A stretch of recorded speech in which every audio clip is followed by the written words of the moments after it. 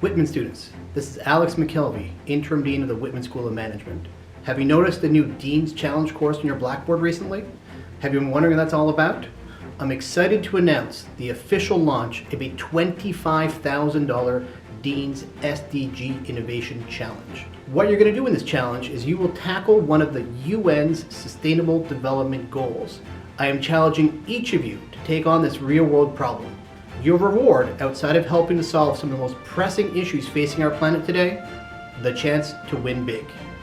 During the challenge, you'll have the opportunity to identify and work on an area of sustainable development that you and your team are most passionate about. You'll create an innovative solution, develop a prototype, and present your work at the end of the semester. But we're also here to help.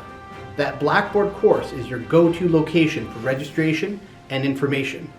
And be on the lookout for panel discussions and workshops throughout the semester to take advantage of the expertise offered during office hours. This is all part of Whitman's commitment to sustainability and harnessing student talent to solve real-world problems.